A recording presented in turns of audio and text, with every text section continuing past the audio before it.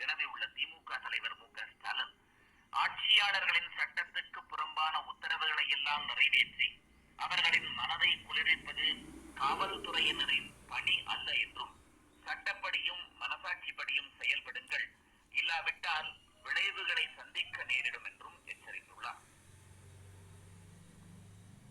முதலமைச்சர் விஜய் குறித்து விமர்சித்ததாக கூறி கைது செய்யப்பட்ட திமுக எம்எல்ஏ மார்க்கண்டேயன் போலீசார் தன்னை துப்பாக்கி முனையில் மிரட்டுவதாக பரபரப்பு குற்றம் சாட்டியுள்ளார். இதனிடையே நீதிமன்றத்தில் ஆஜர்படுத்தப்பட்டு 15 நாள் காவலில் அடைக்கப்பட்டார். கோவில்பட்டியில் நடைபெற்ற பொதுக்கூட்டத்தில் முதலமைச்சர் விஜய் குறித்து திமுக சட்டமன்ற உறுப்பினர் மார்க்கண்டேயன் விமர்சித்ததாக கூறி தூத்துக்குடி காவல்துறையினர் நேற்று அதிகாலை அவரை கைது செய்தனர்.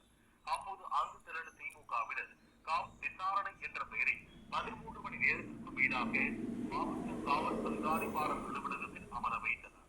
இதையடுத்து மருத்துவ பரிசோதனைக்காக தூத்துக்குடி மருத்துவக் கல்லூரி மருத்துவமனைக்கு அவரை காவல்துறையினர் அழைத்து சென்றனர். அப்போது மருத்துவமனையில் மார்க்கண்டேயனை சந்திக்க முன்னாள் அமைச்சர் அனிதா ராதாகிருஷ்ணனுக்கு அனுமதி மறுக்கப்பட்டது. இந்நிலையில் தம்மை துப்பாக்கி முனையில் காவல்துறையினர் மிரட்டுவதாக மார்க்கண்டேயன் உரக்க கத்தினார். இதனால் ஆத்திரமடைந்து தாவிக்க காவல்துறையினர் அதற்கு மேல் அவரை பேச விடாமல் அங்கிருந்து தரதரவென இழுத்து சென்றனர். இதனால் அங்கு பரபரப்பு ஏற்பட்டது.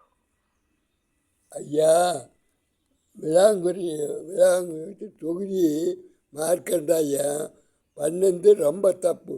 மைக்கில் போய் ஜனங்கிட்ட என்ன பேசுறது, எப்படி பேசணுங்க தெரியுமேடாம விஜய் சண்டைக்கு இழுத்து அந்த ஆள் தொழில் செய்யறத கெடுத்துட்டு குப்பமேடு வர்றதுக்கு தான் நீங்கள் போய் இப்போது போலீஸ் கத்தி முனையில் வேலை செய்யுங்குது. இப்போ தான் போலீஸ் உங்கள் கண்ட்ரோல்லேருந்து கொஞ்சம் அந்த போலீஸ்காரர் நல்ல வேலை செய்கிறாரு. அதுக்கு கத்தி முனையில் வச்சு வேலை செய்கிறாரா? என்னையே நியாயம் பேசுகிறீங்க? செய்தி பேசிக்கிறது கலைஞர் டிவியில் இப்படியே பேசிக்கிறது. முறையை பார்த்து ஜனங்க கத்தி முனையில் இருந்துன்னு அத்தனை பேர் உங்கள் யூடியூப் சேனல் இருக்கிறது தானே இத்தனை பேருக்கு வேலையெல்லாம் போச்சு. அவங்க எடுத்து போட சொல்கிறது. கத்தி முனையில் போலீஸ் இப்படி மூக்கில் நீட்டிக்குது அப்படின்னு போட்டுக்கலாமா இல்லையா? இல்லை மூக்கில் காயமாக்கின்னு வடிவேல் சொன்னால் நீங்கள் என்ன பண்ணுறீங்கன்னா, வடிவேல் ஒன்றா கதையெல்லாம் சொல்லுவார். ஒரு ரவுடி போவார், போனோடனே ஸ்டேஷனுக்குள்ளாரி உங்களை போலீஸார மூக்கடைச்சி போடுற அப்படின்னு சின்ன ரவுடி ஒன்றுக்காகாதவன் அவன் சொல்லுவான், ஏயே என்னை அடைக்கிறீன்னா உன்னை உடைச்சாத்தான் நான் ரவுடியாகணும் ஊருக்குள்ளே அப்படின்னு அந்த ரவுடி மூக்கடைச்சி போடுவான்.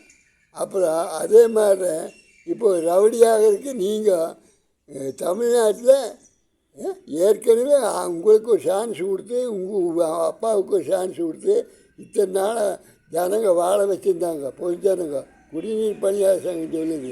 இதெல்லாம் முறையில்லை, பண்ணுறது நியாயம் இல்லை. நியாயமாக சேர்ந்தால் மோடிக்கிட்ட 2 பேர் சேர்ந்து நியாயம் போடலாம். இதை இப்போ இங்கே நியாயம் போடுவேன், நீ மோடிக்கிட்ட போய் கனிமொழி போய் அங்கே காலில் விழுந்து வருவீங்க.